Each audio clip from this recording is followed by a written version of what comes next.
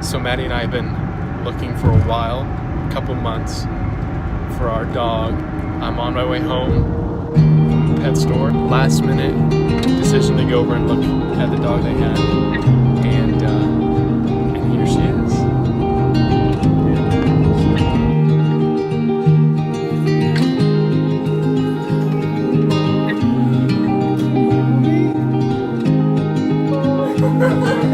I could go it alone, but I don't ever need to, because I have a home somewhere to run to. I could live alone in the woods, not a single sound, but I would never feel alone, because you've become my home.